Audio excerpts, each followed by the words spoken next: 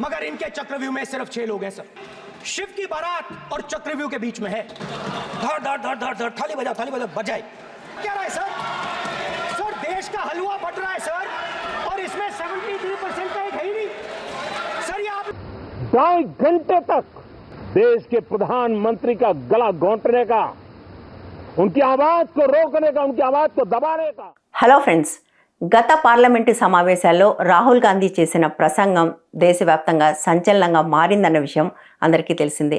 అయితే అది కేవలం వన్ టైం వండర్ కాదు, ఆ ఒరవడి కొనసాగబోతుంది అని అనిపిస్తుంది బడ్జెట్ సమావేశాల్లో చర్చను ప్రారంభిస్తూ రాహుల్ గాంధీ చేసిన ప్రసంగం. బహుశా ఆయన ప్రసంగాలు అంత సెన్సేషన్ కావడానికి 2 కారణాలు ఉన్నాయి. ఒకటి ఆయన ఎంచుకుంటున్న ప్రతీకలు, రెండోది అతను ప్రిపేర్ అయి వస్తున్న విధానం.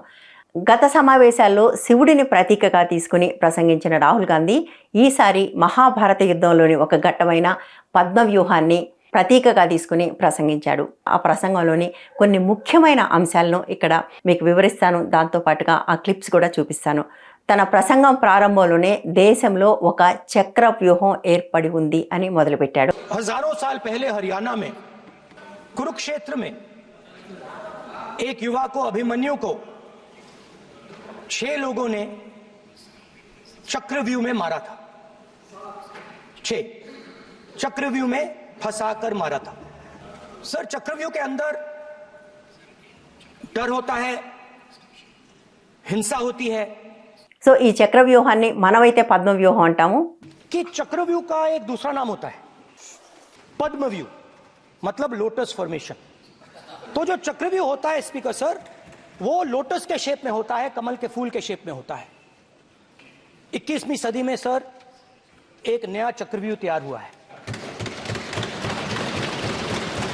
स्पीकर सर, वो भी लोटस की शेप में है सर, और उसका चिन्ह प्रधानमंत्री जी अपनी छाती पर लगा के चलते हैं। जो अभिमन्यु को चक्रव्यूह में फंसाया गया था वही हिंदुस्तान के साथ किया गया है।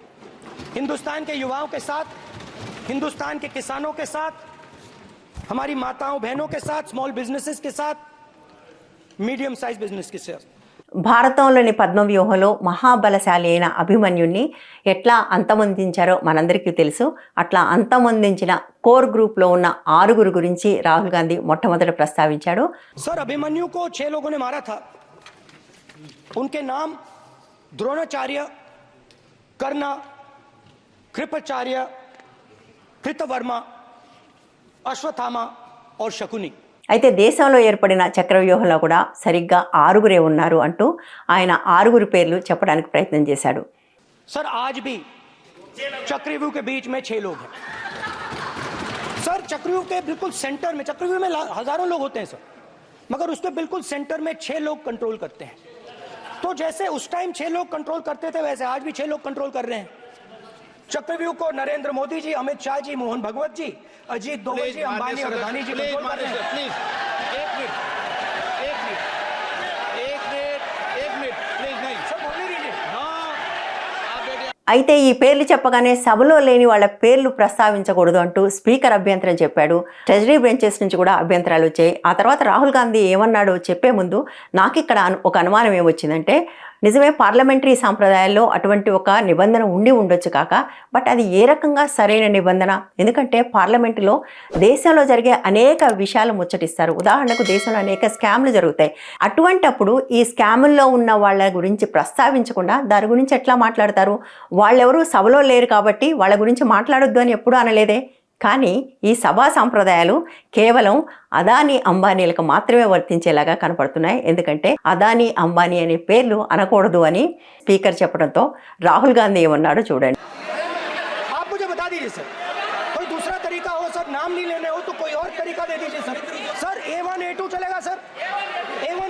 Actually this is more interesting. A1, A2 అనటం. ఓకే, ఈ చక్ర వ్యూహానికి బలం ఎక్కడిది?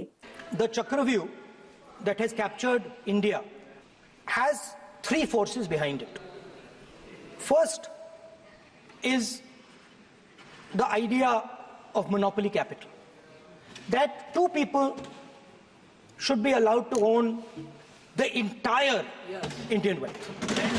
So one element of the Chakravyu is coming from the concentration of financial power. The second element is the institutions the agencies, CBI, ED, Income Tax Department of this nation, and the third is the political executive. Speaker sir, these three together are at the heart of the Chakravyuh, and they have devastated this country. Chakravyuham చేసిన మొట్టమొదటి పని దేశంలో ఉన్న చిన్న మధ్య తరగతి పరిశ్రమలను దెబ్బతీయటం. వాళ్ళని దెబ్బతీయడానికి ప్రభుత్వం వాడిన అస్త్రాలు ఏంటంటే, ఒకటి నోట్బందీ, రెండోది GST, మూడోది ట్యాక్స్ టెర్రరిజం. The first पहला काम इस चक्रव्यूह ने क्या किया? जो हिंदुस्तान को रोजगार देते हैं, स्मॉल एंड मीडियम बिजनेसेस हैं, जो करोड़ों युवाओं को रोजगार देते थे, उन पर इस चक्रव्यूह ने आक्रमण किया. कैसे किया? नोटबंदी, GST और टैक्स टेररिज्म. आप लोग आतंकवाद की बात करते हो. पूरे देश में अगर कोई भी व्यक्ति छोटा बिजनेस चलाता है तो रात को उसको फोन कॉल आता है इनकम टैक्स डिपार्टमेंट से, GST से, और टैक्स टेररिज्म का वो शिकार बनता है. इस टैक्स टेररिज्म को रोकने के लिए बजट में आपने कुछ नहीं किया है. కోవిడ్ టైంలో పెద్ద పెద్ద కార్పొరేట్లకి ప్యాకేజీలు ఇచ్చి ఆదుకున్న ప్రభుత్వం చిన్న మధ్యతరగతి వ్యాపారస్తులను మాత్రం చావు దెబ్బతీసింది అంటూనే దానివల్ల దేశంలో ఉపాధి లేకుండా పోయింది అని చెప్తున్నారు. మనందరికీ తెలిసిన విషయమే కదా, భారతదేశంలో సంపన్నులు ఉద్యోగాలు సృష్టించలేకపోతున్నారు. పేరుకు ప్రపంచంలో కుబేర్లు కానీ వాళ్ళు ఉద్యోగాలు మాత్రం ఇవ్వట్లేదు. దాంతో దేశంలో ఉన్నది జాబ్లెస్ గ్రోత్ అని మనం గతంలో కూడా మాట్లాడుకున్నాం. और ये जो आपकी नीतियां हैं, जो आपने कोविड के समय बड़े बिजनेसेस की मदद की और जो स्मॉल एंड मीडियम बिजनेसेस थे उनको खत्म किया, उसके कारण आज हिंदुस्तान के युवाओं को रोजगार नहीं मिल सकता है. बिल्कुल एक युवा को रोजगार नहीं मिल सकता है. अब फाइनेंस मिनिस्टर बैठी हैं, अब युवाओं के लिए आपने क्या किया? ఒకవైపు చిన్న మధ్యతరగతి వ్యాపారస్తుల్ని నాశనం చేసి అక్కడ ఉపాధి లేకుండా చేశారు. మరొక వైపు ఉద్యోగాలు కూడా ఇవ్వలేదు సరికదా, ప్రతి పరీక్ష లీక్ అయిపోతూ ఉంది అని కూడా సందర్భంగా ప్రస్తావించాడు. जहां भी हम जाते हैं, आपने बेरोजगारी का चक्रव्यूह बना दिया इनके लिए, और जहां भी हम जाते हैं वो कहते हैं देखिए बेरोजगारी है मगर पेपर लीक भी होता है. तो आपने एक साइड पेपर लीक चक्रव्यूह, दूसरी साइड बेरोजगारी चक्रव्यूह. पेपर लीक मैं आपको बताता हूं 10 साल में 70 बार हुआ, अगर आप जानना चाहते हैं. అసలు చదువుకుంటే కదా ఉద్యోగం అడుగుతారు, కాబట్టి అసలు చదువును కూడా పక్కన పెట్టేశారు అంటూ గత 20 ఏళ్లలో అతి తక్కువ బడ్జెట్ విద్యారంగానికి కేటాయించిన అంశం కూడా ప్రస్తావించాడు. उल्टा जो एजुकेशन बजट में पैसा देना चाहिए था वो आपने 20 साल में सबसे कम पैसा दिया है. 2.5% of budget is gone to education. నేను రాహుల్ గాంధీ మాట్లాడిన ఆర్డర్లో చెప్తున్నాను. ఆ తర్వాత ఆయన మిడిల్ క్లాస్ గురించి ప్రస్తావించి చాలా ఆసక్తికరమైన వ్యాఖ్యలు చేశారు, చూడండి. सर मिडिल क्लास जो है वो शायद इस बजट से पहले प्रधानमंत्री को सपोर्ट करता था. जब प्रधानमंत्री ने कोविड के समय उनसे थाली बजवाई थी तो उन्होंने दबाकर थाली बजाई, धड़ धड़ धड़ धड़ धड़ थाली बजा बजाई. हमें अजीब लगा, मगर प्रधानमंत्री ने मिडिल क्लास को ऑर्डर दिया तो मिडिल क्लास ने थाली बजाई. उसके बाद प्रधानमंत्री ने उसी मिडिल क्लास से कहा मोबाइल फोन की लाइट जलाओ, और मोबाइल फोन की लाइट जली. मिडिल क्लास ने, पूरे हिंदुस्तान में मिडिल क्लास ने मोबाइल फोन की लाइट जला दी. अब इस बजट में आपने उसी मिडिल क्लास के एक छुरा पीठ में मारा, दूसरा छुरा छाती में. एक इधर मारा और एक इधर मारा. इंडेक्सेशन जो आपने कैंसिल की वो पीठ में छुरा था, और जो कैपिटल गेन्स टैक्स आपने बढ़ाया वो छाती में छुरा था. దానివల్ల తమకు ప్లస్ పాయింట్ అవుతుందని కూడా అంటున్నారు. అందువల్ల మధ్యతరగతి కూడా ఇప్పుడు భారతీయ జనతా పార్టీని వదిలేసి తమ వైపు వస్తుంది అని రాహుల్ గాంధీ అన్నాడు. मगर इसमें एक इंडिया गठबंधन के लिए एक हिडन बेनिफिट है. मिडिल क्लास अब आपको छोड़ने जा रही है और इस साइड आ रही है. తర్వాత మాట్లాడిన అంశం హల్వా. ఈ హల్వాకి సంబంధించి రాహుల్ గాంధీ చేసిన ప్రసంగం కూడా చాలామందిని ఆకట్టుకుంది. పార్లమెంట్లో బడ్జెట్ ప్రవేశపెట్టడానికి ముందు బడ్జెట్ మీద పనిచేసిన వాళ్ళందరూ కూడా హల్వా తిని పార్లమెంట్కి వెళ్ళటం అనే ఒక ఆనవాయితీ చాలా సంవత్సరాల నుంచి ఉంది. హల్వాని బడ్జెట్ని కంపేర్ చేస్తూ ఫైనాన్స్ మినిస్టర్ ట్వీట్ చేసిన ఫోటోల గురించి కూడా ప్రస్తావించాడు. చూపించడానికి ప్రయత్నం చేస్తే సభలో దాన్ని చూపించనివ్వలేదు. సో దానికి సంబంధించి మాట్లాడుతూ ఈ హల్వా తయారు చేసిన వాళ్ళలో 20 మంది ఉన్నారు. 20లో ఒక ఓబీసీ, ఒక ముస్లిం మాత్రమే ఉన్నారు. ఫోటో విషయానికి వచ్చేప్పటికల్లా వాళ్ళు కూడా ఫోటోలో కనిపించలేదు. ఇది సరిగ్గా మన బడ్జెట్కి అద్దం పడుతూ ఉంది. और इस फोटो में सर मुझे एक ओबीसी अफसर नहीं दिख रहा, एक आदिवासी अफसर नहीं दिख रहा, एक दलित अफसर नहीं दिख रहा मुझे। ये हो क्या रहा है सर? सर देश का हलवा बट रहा है सर, और इसमें 73% का एक है ही नहीं। सर ये आप लोग हलवा खा रहे हो और बाकी देश को हलवा मिल ही नहीं रहा है। 20 अफसरों ने हिंदुस्तान का बजट तैयार किया है, मतलब हिंदुस्तान का जो हलवा है 20 लोगों ने बांटने का काम किया है। अब स्पीकर सर, उन 20 लोगों में से 90% लोगों में से 90% लोगों में से सिर्फ 2 हैं, एक माइनॉरिटी और एक ओबीसी, और इस फोटो में एक भी नहीं है। मतलब फोटो में आपने पीछे कर दिया। ఈ మాట ఆయన అనగానే నిర్మలా సీతారామన్ ఒక్కసారిగా 2 చేతుల్లో మొహం పెట్టుకుంది. ఇవాళ ఆ ఫోటో లేదా ఆ వీడియో మీమ్గా దేశవ్యాప్తంగా వైరల్ కూడా అయింది. బహుశా ఇప్పటికి మీరు చూసే ఉండుంటారు. దేశంలో ఉన్న 2-3% మంది మాత్రమే ఈ హల్వాని తయారు చేసుకుని వాళ్లే పంచుకుంటున్నారు, వాళ్లే తింటున్నారు అని కూడా అన్నాడు. అంటే బేసిక్గా దేశంలో ఉన్న బడ్జెట్ ఒక 2-3% మందికి మాత్రమే ఉపయోగపడుతుంది, మిగిలిన వాళ్లకు ఏ ఉపయోగం లేదు అనేది ఈ హల్వా ప్రతీక ద్వారా చెప్పాడన్నట్టు.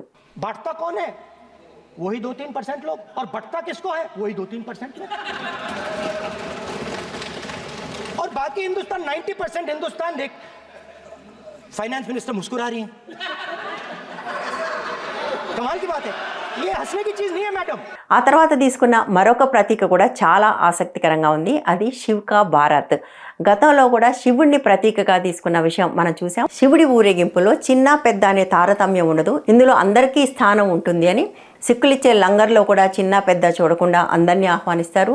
అట్లాగే మసీదులోనూ చర్చిలోనూ అందరికీ ప్రవేశం ఉంటుందని చెప్తూ పరోక్షంగా ప్రస్తావిస్తున్నది అంబానీ ఇంటి పెళ్లి. అంగరంగ వైభవంగా జరిగిన అంబానీ ఇంటి పెళ్లిలో సెలబ్రిటీలకి, ముఖ్యులైన వాళ్ళకి మాత్రమే ప్రవేశం ఉందని, మిగిలిన వాళ్ళెవరికి అందులో ప్రవేశం లేదు అన్న విషయాన్ని పరోక్షంగా ఇక్కడ ప్రస్తావించాడు. हिंदू धर्म में चक्रव्यूह का ऑपोजिट क्या होता है जानते हो आप? चेयर को एड्रेस मैं बताता हूं सर। शिव की बारात होती है सर। शिव की बारात में कोई भी आ सकता है, किसी भी धर्म का कोई भी व्यक्ति आ सकता है, बारात में आ सकता है, नाच सकता है, गा सकता है, अपना सपना देख सकता है। सर गुरु नानक जी, सिखों की बात करी जाए तो सेवा करने से किसी को नहीं रोका जा सकता है, लंगर से किसी को बाहर नहीं फेंका जा सकता है।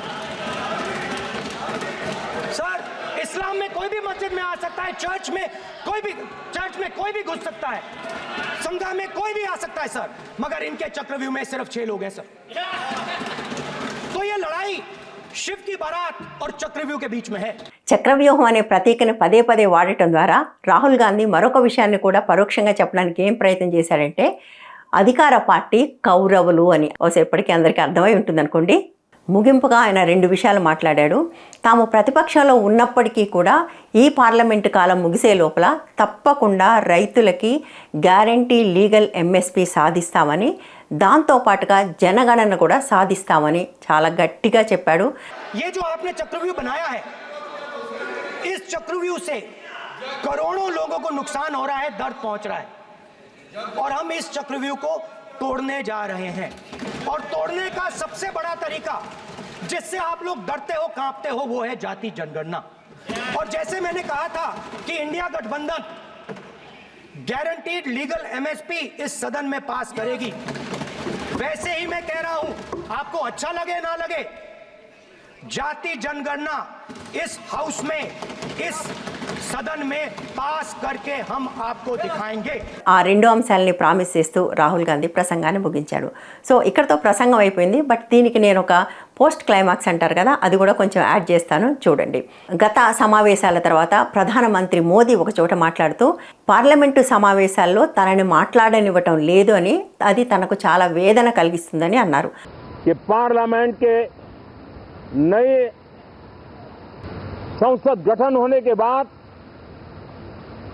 जब पहला सत्र था, 2.5 घंटे तक देश के प्रधानमंत्री का गला घोंटने का, उनकी आवाज को रोकने का, उनकी आवाज को दबाने का लोकतांत्रिक परंपराओं में कोई स्थान नहीं हो सकता है और इसका कोई पश्चाताप तक नहीं है, दिल में दर्द तक नहीं है. ప్రధానమంత్రి అట్లా మాట్లాడినప్పుడు నాకు కొంత ఆశ్చర్యం కూడా అనిపించింది. గత 10 సంవత్సరాలుగా ప్రతిపక్షం పీక నొక్కేసి అసలు వాళ్ళు మాట్లాడనివ్వకుండానే చేసిన వాళ్ళు ఒక్కసారి మణిపూర్ ఎందుకు వెళ్ళవు అని ప్రశ్నించినందుకు వేదన కలగటం ఉందే, అది చాలా ఆశ్చర్యం వేసింది. అంబానీ ఇంటి పెళ్లికి వెళ్ళడానికి ఆయనకి తీరిక ఉంది, కానీ మణిపూర్ వెళ్ళటానికి తీరిక లేదు. అంతేనా, గత పార్లమెంట్లో మనం చూసాం కదా, పార్లమెంటు ముగిసే ముందర బీజేపీ ఎంపీ ఇచ్చిన పాసులతో కొంతమంది యువకులు వచ్చి పార్లమెంటులో గలబా సృష్టిస్తే దాని మీద విచారణ చేయాలని, చర్చ చేయాలని పట్టుబట్టినందుకు మొత్తం ప్రతిపక్షాన్ని సస్పెండ్ చేసి చాలా కీలకమైన బిల్లులన్నింటినీ చర్చ లేకుండా పాస్ చేశారు కదా, అప్పుడు వేదన కలగలేదా? అంటే ఇంత ముఖ్యమైనవి, ఇప్పుడు మన నెత్తి మీద తెచ్చిపెట్టిన బిఎన్ఎస్ఎస్ లాంటివి కొన్ని వందల సంవత్సరాల చట్టాలు మారుతున్నప్పుడు కనీసం చర్చ చేయాలనే ఒక డెమోక్రటిక్ వాల్యూని కూడా పాటించకుండా అందరినీ బయటకు పంపించేసి బిల్లుల్ని పాస్ చేసుకున్నప్పుడు ఎటువంటి వేదన కలగలేదు. ఈ వీడియో మీకు నచ్చినట్లయితే లైక్ చేయండి, షేర్ చేయండి, ఛానల్ని సబ్స్క్రైబ్ చేయండి.